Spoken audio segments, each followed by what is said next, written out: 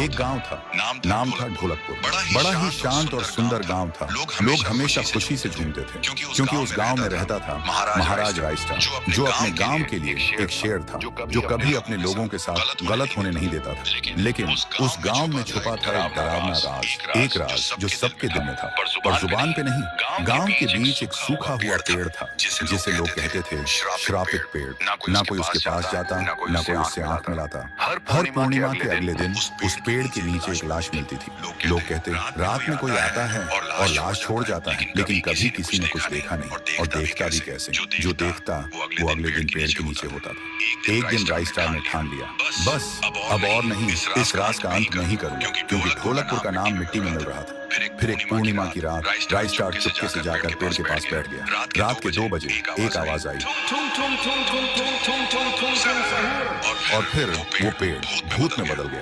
वो भूत कुछ अजीब सा था, एक भयानक शैतानी हंसी वाला चेहरा, आंखें बड़ी बड़ी। वो पेड़ चल के एक घर के गेट को जोर जोर से खटखटाने लगता है। तभी एक आदमी डर के मारे आवाज सुन के बाहर निकलता है। वो भूत अपने लकड़ी जैसे हाथ से एक ऐसा थप्पड़ मारता कि उसकी सांस वहीं थम जाती है, और उसी जगह उस लाश को ले जाता है और वापस फिर से पेड़ बन जाता था। देखते ही रायस्टार का दिल कांप जाता है, पर वो कुछ बोलता नहीं।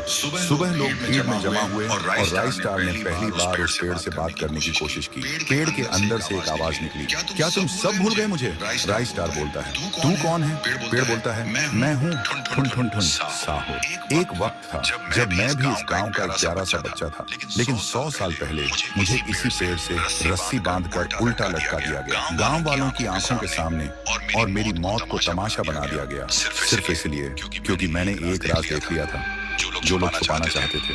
और उसी पल से मेरी रूह इस पेड़ से जुड़ गई। उस दिन से मैं इंसान नहीं, एक सज्जा बन गया, और हर पूर्णिमा में एक राजदार को चुनता हूँ और फिर उसे उसकी खामोशी का हिसाब देता हूँ। रायस्टार बोलता है, लेकिन अब तो वो लोग मर चुके हैं ना, जो तेरा कसूरवार थे। अब तू मासूम लोगों को क्यों मार रहा है? पेड़ कुछ देर चुप रहता है, फिर बोलता है, ठीक है, बस एक बार मुझे याद करो, एक दिया जला दो, फिर मैं कभी किसी को नहीं मारूंगा। फिर रात में सब लोग आते हैं, एक एक दिया जलाते हैं, और तभी पेड़ अपने आप से आग पकड़ लेता है, और आखिर में मुक्ति मिलती ठुन ठुन ठुन साहुर को। उस दिन के बाद गांव में कभी कोई लाश नहीं मिली।